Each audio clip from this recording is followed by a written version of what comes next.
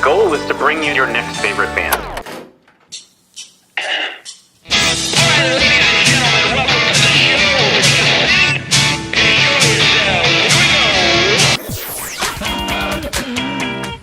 Sweet, that intro is my new favorite band.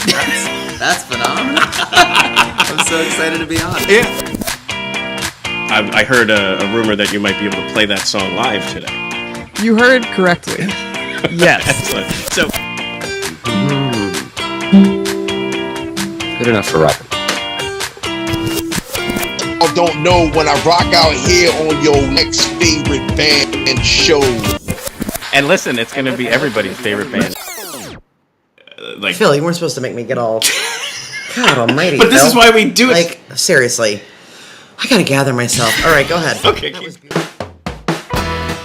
Welcome to your next favorite band. That's both the show title and our promise to you. We here at Stereophilia Studio are tireless in our pursuit of finding incredible, genre-defiant artists who are either a hot up-and-coming band or a group that has been delivering for years but have flown under the radar. Tonight, we partake into some knucklehead banter as we catch up on what's been going on recently and what's about to happen. Each month, we will bring you live streams, audio podcasts, and perhaps even a live concert where you can listen to the stories and hear the music of artists personally curated by us based on what we feel will be worthy of your time. Be sure to subscribe and tune in to each episode because the possibilities are endless and you never know who will be Your next favorite band. Hello, everybody. Welcome to the show. I am your host, Philip Reese. And I'm your co-host, David Moore.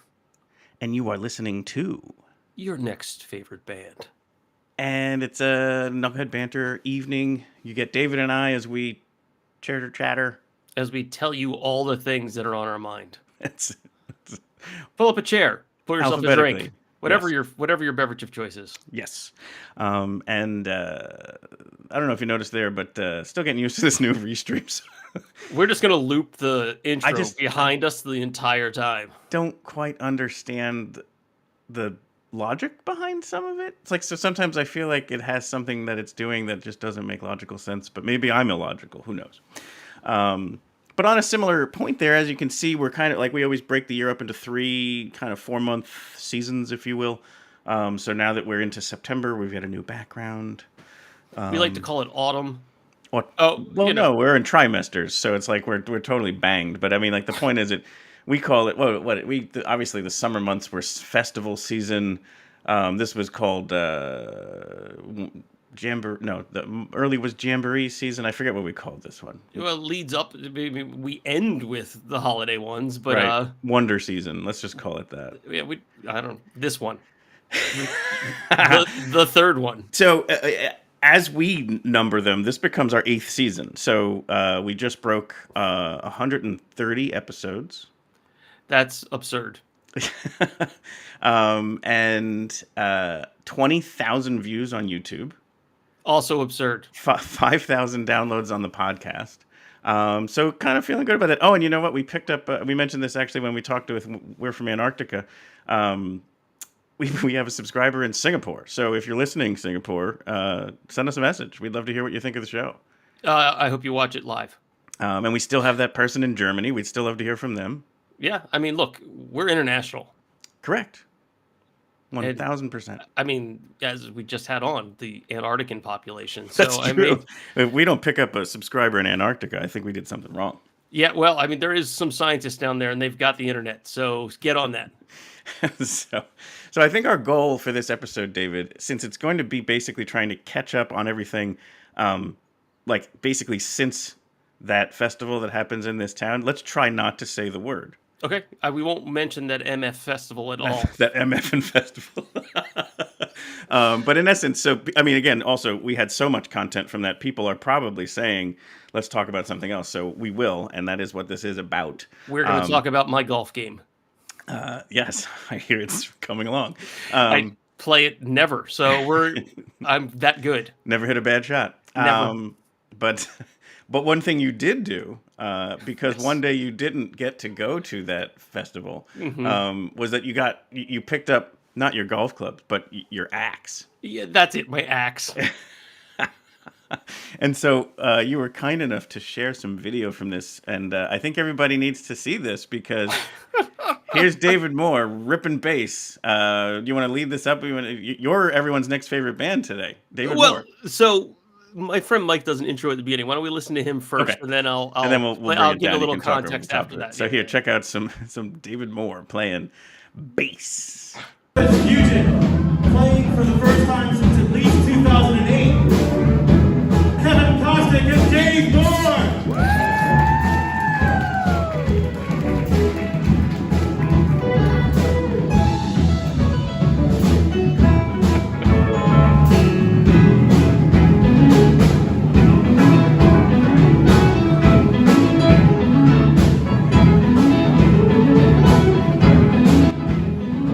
I wish there was a way to zoom in on this. Yeah, well, there were 7. So for anybody that's listening, there are 7 people on stage at this point in time, including 2 bass players, just for good measure. This was my friend Mike who did the introduction, who I've known since I was 13 years old. It was for his birthday party, so he literally got the band back together. I mean, most of the time this music has 2 drummers. You went with 2 bassists. Yeah, just to really confuse people. So interesting fun fact is on that stage right now, there are 7 people. And historically, I have played with 4 of them before in different configurations. So it was an interesting setup. So my friend Mike is a big Grateful Dead fan. So this is us doing Not Fade Away. And then later on in the video is Going Down the Road Feeling Bad. So I'm just happy I could be part of it for him. It was a big deal for his birthday to do this. He got up there in front of everybody, and put on a full 2.5-hour concert. So it was great. And I was really happy to be part of it. Fantastic. Yeah.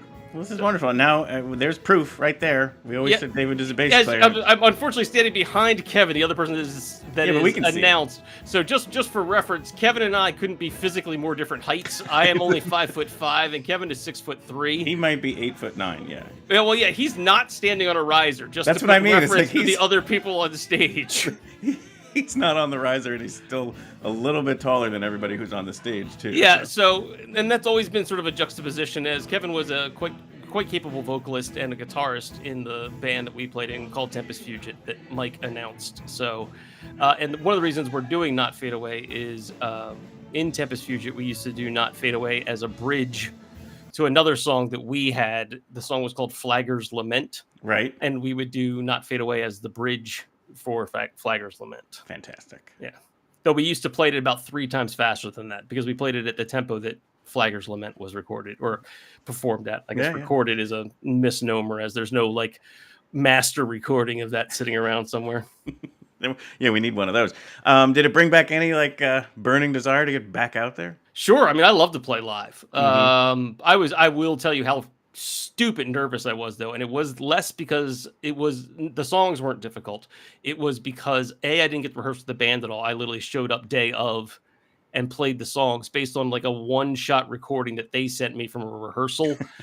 And then the other part is I didn't want to mess it up for my friend Mike. I know how much effort and how important it was for him. And so I was nervous about getting up there, and especially with the second bass player, because tonally we can make the whole song turn into a Swiss cheese crash and burn event if we're tonally going into the wrong directions. But Tim, the bass player that played through the whole show, was extraordinarily supportive and kind, and was working with me ahead of time with sort of give me an idea of the kind of stuff that he was going to do during the song and stuff like that. And I was and I'm going to keep it simple because I don't get to rehearse with the band ahead of time. So, but yeah, it was a great time. That's awesome. And I'm glad that I got a chance to do it. Well, David, one thing we like to do on this show is take everybody back to the beginning. This is all your life. This is your 5th grade teacher. Well, no, it's just you're the guest. Actually, why don't you answer that question? Where did you get into music just in the early years? To play or to learn or to listen? So to play, I didn't play first, and then I didn't learn. Listen can bring us back to the. So I took my first bass lesson. Actually, I was older. I was almost 18 when I was just before my 18th birthday. I was in college when I took my first bass lesson. I was fortunate enough to be given a bass by the woman, Mrs. Justine Luongo, who was my 6th grade teacher. My mom worked with her for 30 years or whatever. And she had an extra bass and asked if I wanted it. And it was all downhill from there. So there's a guy I took bass lessons from for years, Daryl. who influenced a lot of my playing. Daryl Hall. I mean, Daryl Jasones, actually, to be specific. But he influenced a lot of my playing. I took lessons from him on and off for about 5 years. So he was a great guy, and I'm glad I learned a lot from him. sure. And listening to music? Well, so my mother listened to a lot of easy listening, but we did have Stevie Wonder's Original Musicarium, which got a fair number of grooves in it. My dad is absolutely of his generation. It was a huge Hendrix and Crosby, Stills and Nash fan, so that was always around. So my dad was fortunate enough, just because of his time where he was, saw, if the story I'm remembering correctly, saw Hendrix play when he was the guitarist for somebody else, and I don't remember who, but it was either in Washington, D.C. or San Francisco, because he was in the Navy, so it would have been when he was in one of the two locations. So that's crazy to me. Well, congrats on getting back out there on stage. I hope it leads to more opportunities since you love doing it so much. Yeah, we'll see what happens. I got to put myself out there to do that, and that it's sort of a bit like running, like where apparently Craigslist is the way to go. It used to be the way to go. Now you just sell your old Honda Accords that way. Yeah, I mean, it's sort of like running, right? There's a bit of muscle memory, but you've got to get all of this kind of stuff back into shape to be able to do that for 2 hours. Right. So, still very cool. Yeah, it was a good time. I'm glad I did it. Yeah, so the other thing I figured we'd shift to here to kind of share with some people is the shows that we either have seen just recently, like the whole, hey, David, I saw some live music, or what we have coming up to kind of get people aware of who's touring, and maybe they would want to either check in with it as well, whether it's in their own city or the one we're going to be at, and then that kind of a thing. So right off of that MF festival, we collectively, you and I went down and saw PerShayla and the Mayhaps. Correct. That was literally the following week. Yeah. It was MF, the extended break version. That's exactly right. Yeah. But I just want to touch on this, and I actually have a recording to share of one of her songs. I just think she's incredible. Like, the music is amazing, and then as a performer, she's that much better.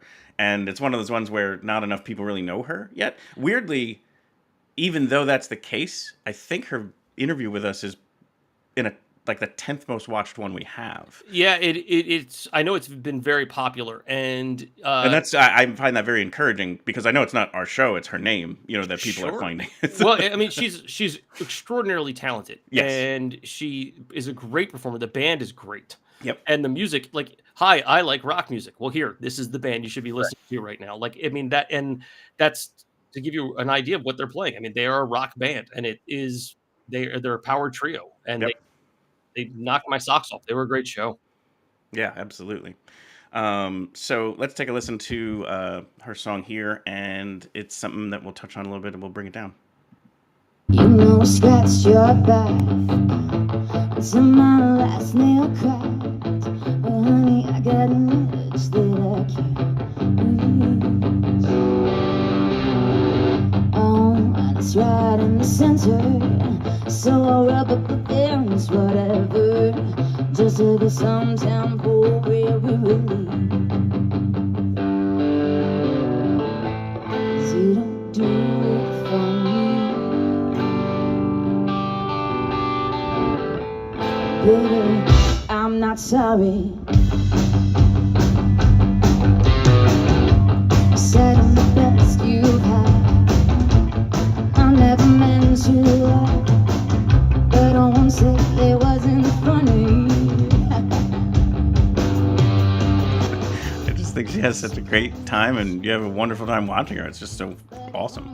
Yeah, I mean, there is an actual stage presence happening. Like, she's a great singer, a fantastically good bass player, and then, she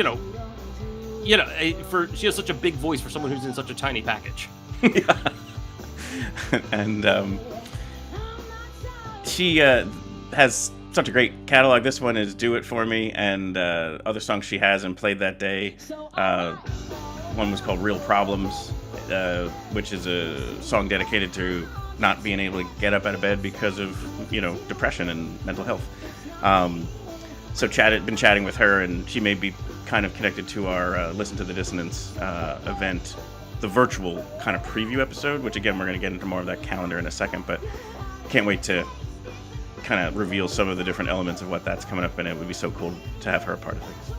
Absolutely, yeah. I mean, she's super talented, and if you get a chance to see her perform and her either solo, because she does do some solo stuff, or with her band. Yeah, here's Lucas rips guitar. He's so good. Yeah.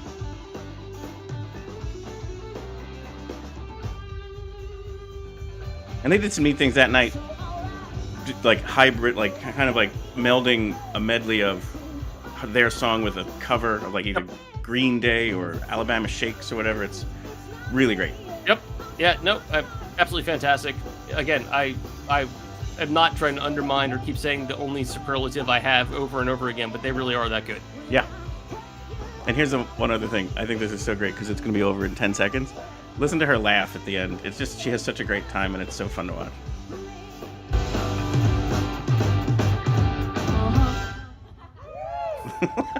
I just think that's so fun. Like, she's just up there killing, and it's really great. So Patty PerShayla and the Mayhaps, check out their catalog. Definitely see them play live if you get a chance.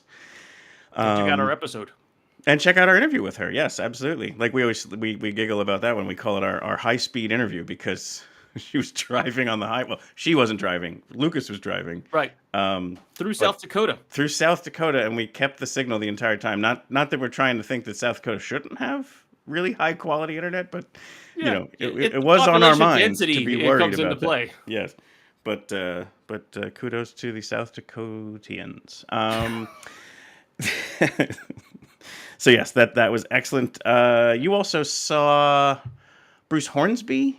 Correct. Yeah, I saw Bruce. Yeah, Hornsby, I know you said that was a great show. Bruce Hornsby and the Noisemakers. So his backing band that he's had since the late '90s is the name. That's the name he's used for his touring band. They were originally slated to play in July at the Musikfest Cafe, but it was rescheduled to September. He canceled a whole run of shows in July because he lost his voice. So, but they were able to at least quickly reschedule it for a couple months later. We were second row. Nice. So, you get to watch him do everything from the stage, and all of his players who are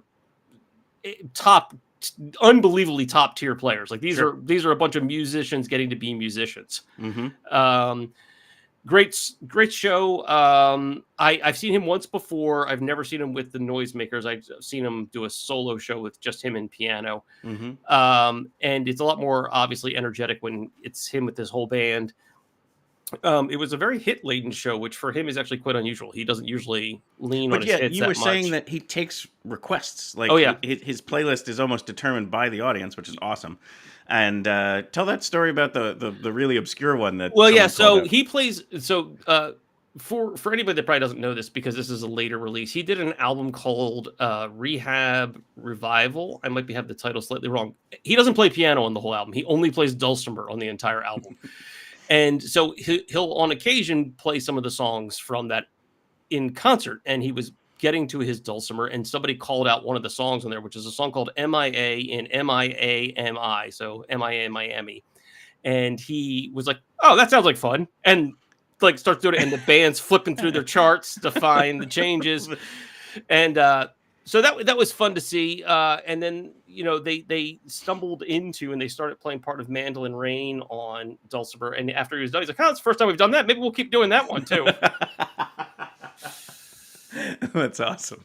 What a great experience. I love those types of shows for that reason. Oh, well, we got some real treasures on the show. If you're somebody who's really into some of his deeper catalog stuff, I mean, he did play some hits, which is great. He did play That's the Way It Is. He played Mandolin Rain. He played, some of those ones, but that's not his typical show. He is someone who has really decided to, like, I have this whole catalog of music, and I'm going to play the catalog of music because I like playing these songs. And it was great. We got some of the ones that I was really surprised to hear, and it was a fun show. I'm glad we got a chance to go. I'm glad it was able to be rescheduled so rapidly. Yeah, for sure. I saw Carver Commodore. They actually opened for Gable Price, who I'd never actually heard of before, which most people were like, how could you never have heard of them? But that's what happens. So kind of found a new band to dig deeper into their catalog, but always great to see the Alabama boys and connect with them and hear what they've got going on. They just released new music. Just had an album drop, I believe, Saturday or Friday. So like very recently. Like right, they're doing their social media blitz as we speak. But it's really great music. It's another evolution of their sound, and it's definitely worth checking out. The album is just called Carver, and they've got some great hits on there. And then you saw Band of Horses and someone else's and City and Color. So and they were so they played the outdoor space at the Levitt Pavilion, right? For a Sunday night. The show ran until after 11.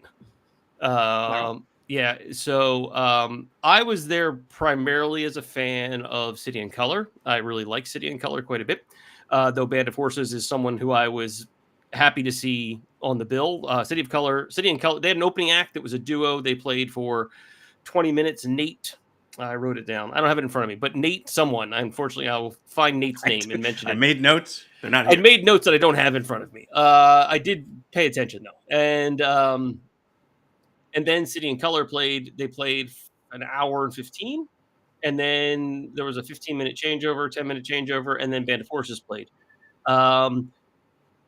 City and Color is so fundamentally the name comes from Dallas Green is the singer and guitarist in the band, and that's where the name comes from. So he also is part of another band, so from Canada. Hold on, I'm going to pull that up because it's worth noting. Anybody that knows this band will be surprised by the fact that these two bands go together. I can't find it right now. But anyway, the name of the band comes from his name. Okay. Because his name is Dallas Green. So, it's not far-fetched. So the other band he plays, and I just found it, is Alexis is on Fire, which is like a post-hardcore band. And City and Color is like very like singer-songwritery mellow. So he's another one with genre whiplash. Yeah. Oh, yeah. Multiple bands to just get that out of his system. Yeah, he'll keep you guessing. But they were great. They played a lot of stuff across their catalog. They have 5 albums, which is great. I love it when bands do that. They put the new songs right next to the old songs they did. It wasn't any priorities or shifts to any of those kind of things.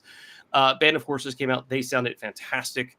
It was a good turnout, considering that it was a school night in September, if you will. Sure. But it was a bit chilly. Like it actually turned out to be quite a chilly night for like what would infamously be a summer show. But it was a good time had by all. That's cool. Yeah.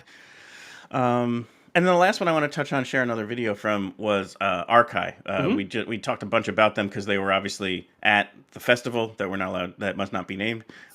They were on our show. They were the first episode here in September, leading up to their show here as that basically was their album release show. And so September 6th that show was, what I love about that stage, and we've talked about it with a number of bands, it's rather large, but when you're certain kinds of performers, like Patty PerShayla as a trio filled it, we talked about previously Zach Person as a duo filled it. Right. Same thing here. ARKAI is a duo. They added a drummer that night, which added a whole other kind of a layer to their music of a live performance, because normally it's the beats, and they added this drummer to be more of a live beat, which was very cool.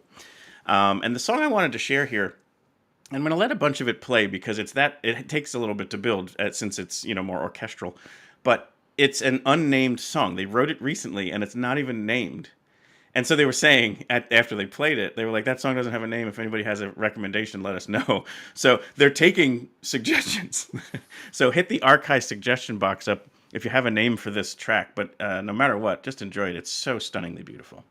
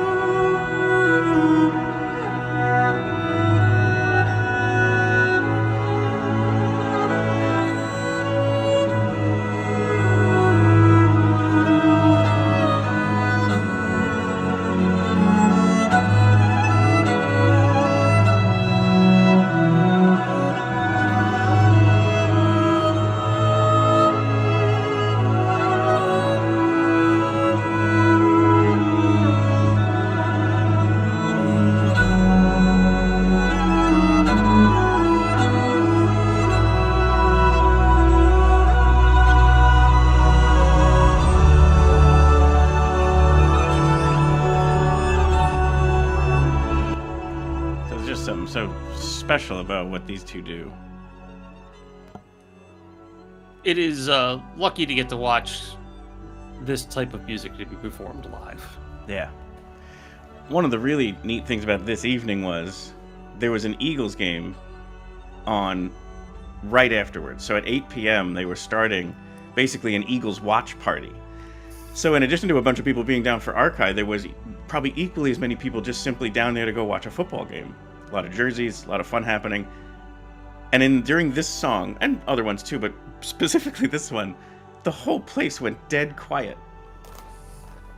And I mean, it's just like that power of this music that's able to just capture everyone's ears, regardless of what your kind of musical interest is, or, you know, you're there to watch a football game, but yet you got sucked into this stunningly gorgeous cello and bass. Cello and violin. I think it really is, at that point in time, a emotional response. It is. You know, and that's what music really ultimately is there to do, is to provide some sort of emotional response. And yeah, it's amazing when it can capture. Right now, it's amazing when it can capture this type of moment. Oh, it's so beautiful. And they do such a wonderful job, and I was so happy to have the opportunity to chat with them. I thought it was a great chat. Really got into some of their backstories and inspirations and stuff. It was really cool.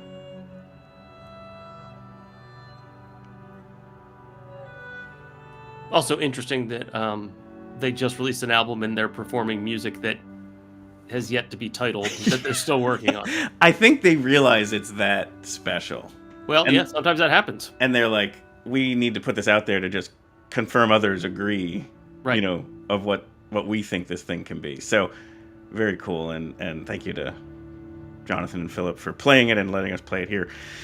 And if, like I said, if you have an idea on what that track should be called, drop them a note.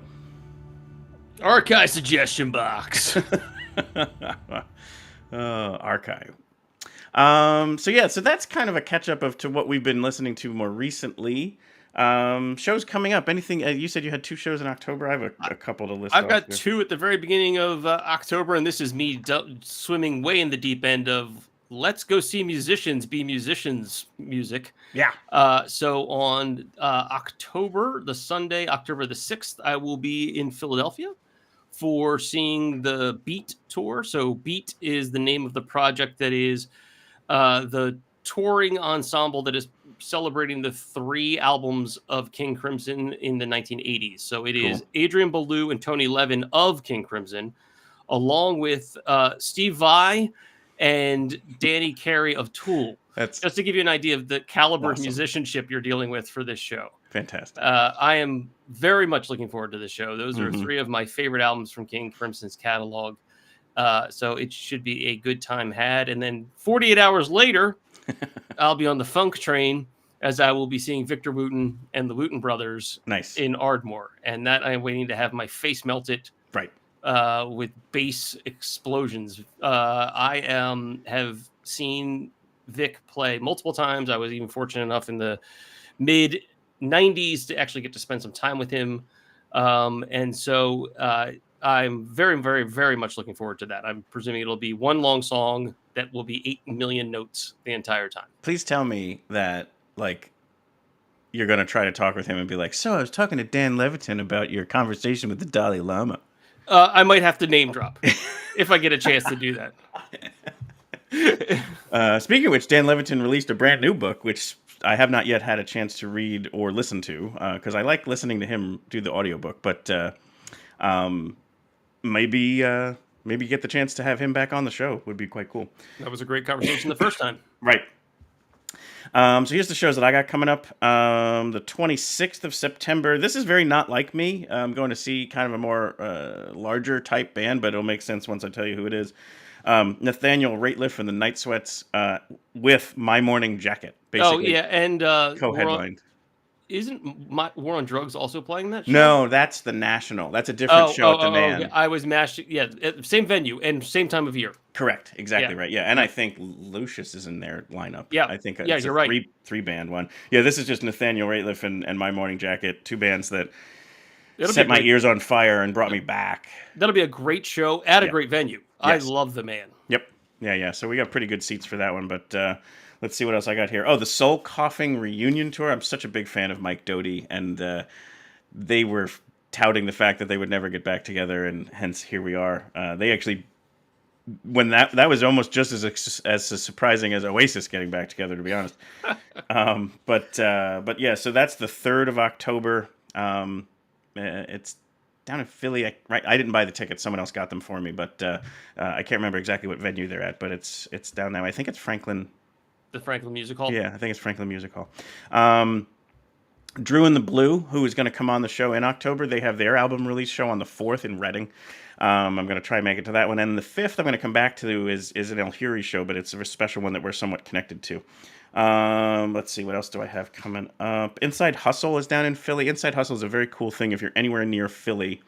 It's for musicians or anything connected to the musician industry. They do a great panel to give people advice. They answer questions. And then there's like breakouts after they're done talking on the panel where, depending on what you're interested in, whether it's PR, branding, ticket sales, how to record, like what recording studios are available. So it's great for musicians, but it's even good for people like myself, podcaster, like that kind of thing is kind of a neat thing to get down there for. That's on the 26th. It's in the time frame of Philly Musikfest, which is definitely something That's to smart. Yeah.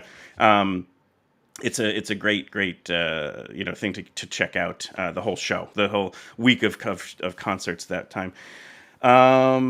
Let's see, Rat Boys down in Philly. They're at Underground Arts on the 13th of November.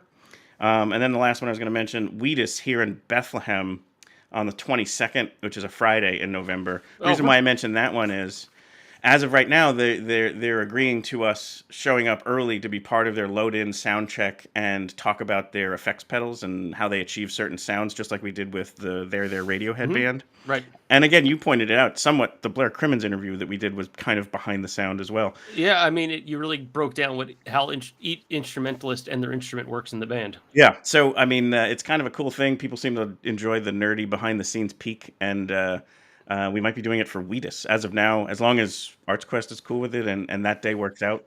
That'll be neat. And then checking out the show afterwards, and being able to share, here was what we talked about during the setup, and here's what it sounds like in the real world.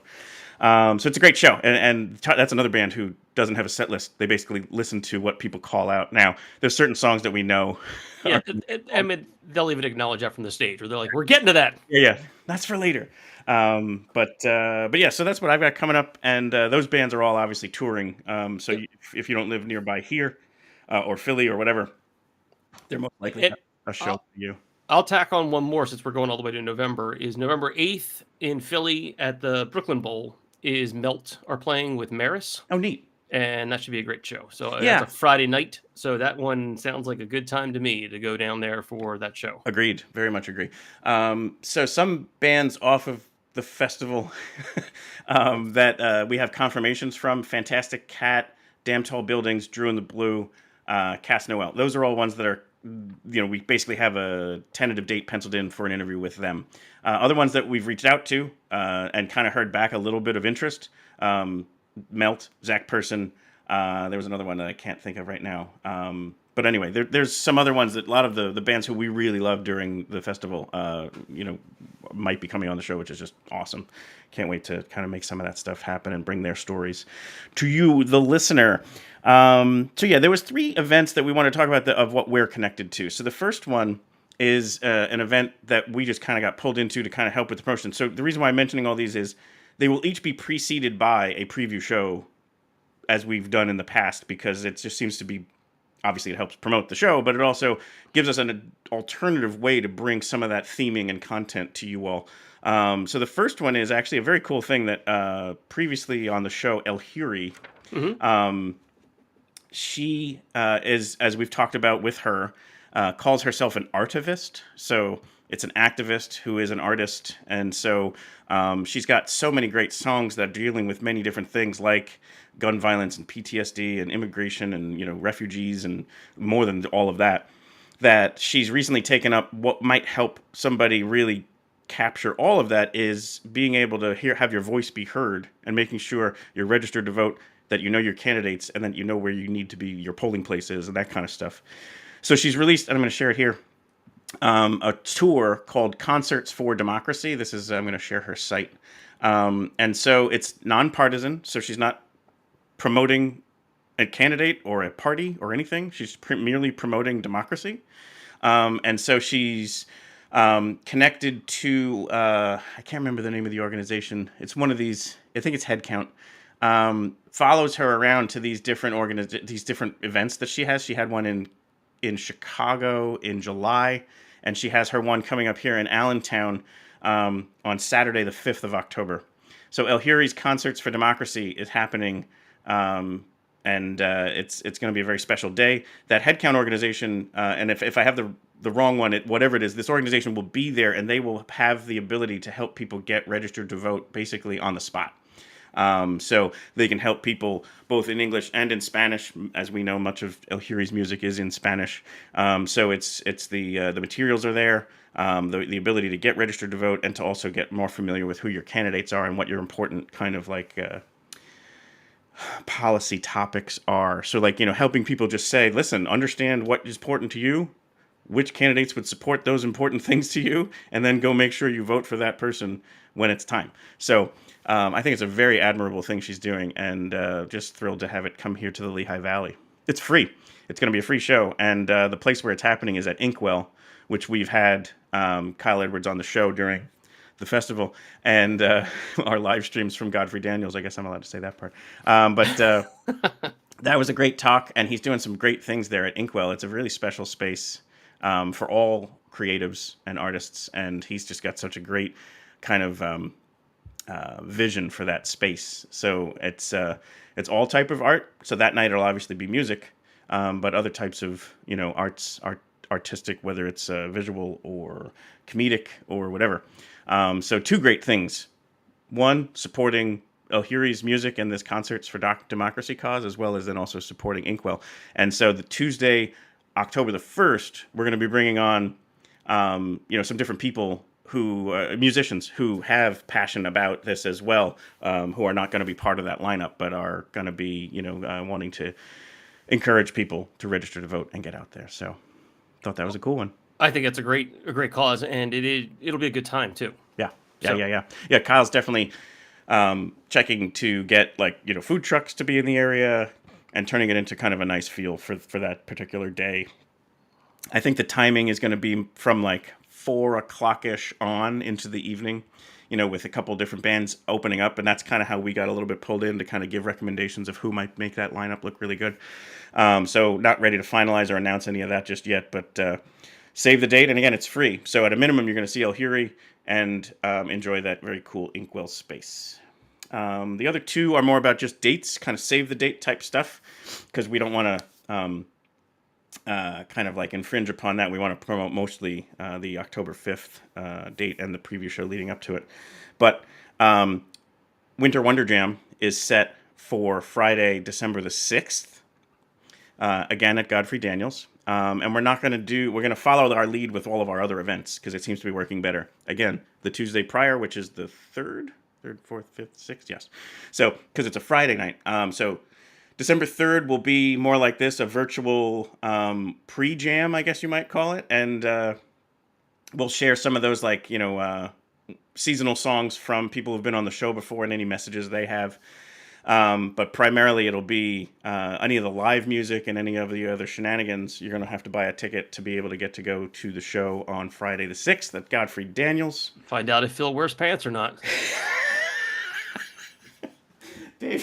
David is getting very risque. And then you never see it. You never see your lower half during one of these recordings. There's always pants on or shorts. But they may not match. They might be incredibly clashing. But that's a choice. That is probably a choice. And then the only other thing is, Listen to the Dissonance is also set. So Friday, February 28th. So again, we're probably 6 months out on that, but the lineup's already building, and I'm getting really excited for what that day could be again. They've already started building the stage. It's not true either, but that will also be again at the Ice House. I kind of like that we're hitting a consistency here of something kind of every other month, which is cool. So something here in October, December, February. We know that April will most likely be fourth annual. No Planet B Jamboree. Fourth. It's the fourth one we've done. Yeah, so like that's what's really kind of cool and mind blowing about this stuff is like, wow, look at how cool this is. So like each one, but it's always in this like space. So like it's becoming like a very cool kind of pattern and getting, just some really cool memories from all of this stuff. So yeah, I just kind of wanted to make sure people knew February 28th for Listen to the Dissonance. That's happening again. And then December 6th for Winter WonderJam, which is always a fun time like that. It's just kind of a feel-good night, for helping homeless shelters and, just hearing all this good, it's that, tidings of great joy type experience. It's not Christian only, so don't feel like it needs to be that way. It's really just a time to come out and enjoy kind of year-end Year-end merriment. Merriment, exactly. We've joked and referred to it as your next favorite band office party. It is kind of like the office party, and you're all welcome to join. So right. Once, like I said, all the promotion right now is going to be about Concerts for Democracy. And then as we head into like November will probably be when we start to really announce and ramp up Winter WonderJam. And then proceed from there. But David, anything on those two events? Anything else? It's almost too early to start talking about Winter WonderJam, if you will, from the what decorations can I buy at the store argument. That's true. Very true. But it is a fun event. If you do get a chance to come out, please come out and have a good time. It is, it's a ticketed event. There will be music. It'll be fun. We promise, or at least if not, we'll at least make fools of ourselves. All right, Phil, let's say goodbye to everybody.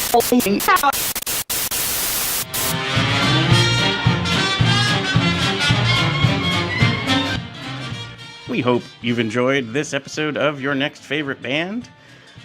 Would love to thank all these great artists that allowed us to, we shared some music from PerShayla, we shared from ARKAI, and then was able to kind of just let you all know what shows are out there to be seen and heard.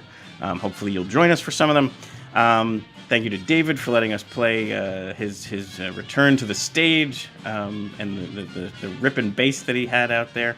We'll definitely link in the show notes to a bunch of this different stuff. Obviously, there's no specific artists for this week, but lots of different things to kind of share with you all, and hope that you kind of enjoying this type of a content. As always, our hope here is to bring you your next favorite band. So hopefully, one of these either video clips or stories that we shared about different reasons why we're going to purchase a ticket to go see somebody might inspire you to go check it out and could become your next favorite band. And also, as we mentioned, over 130 episodes are now available at nextfaveband.com. So your next favorite band might already be out there to be listened to. And then if we can ever provide guidance on that, let's say you're just not sure where to start, drop us a note and we can kind of chat about what your interests are, what genres you like, and we could always kind of guide you to 1, 2, or 3 episodes to check out that kind of match with that. We love doing that part. So, and also if you have recommendations on who you think our next favorite band should be, we love hearing that as well. Really looking forward to all of the great stuff we've got coming up and hope to see you at a live show soon.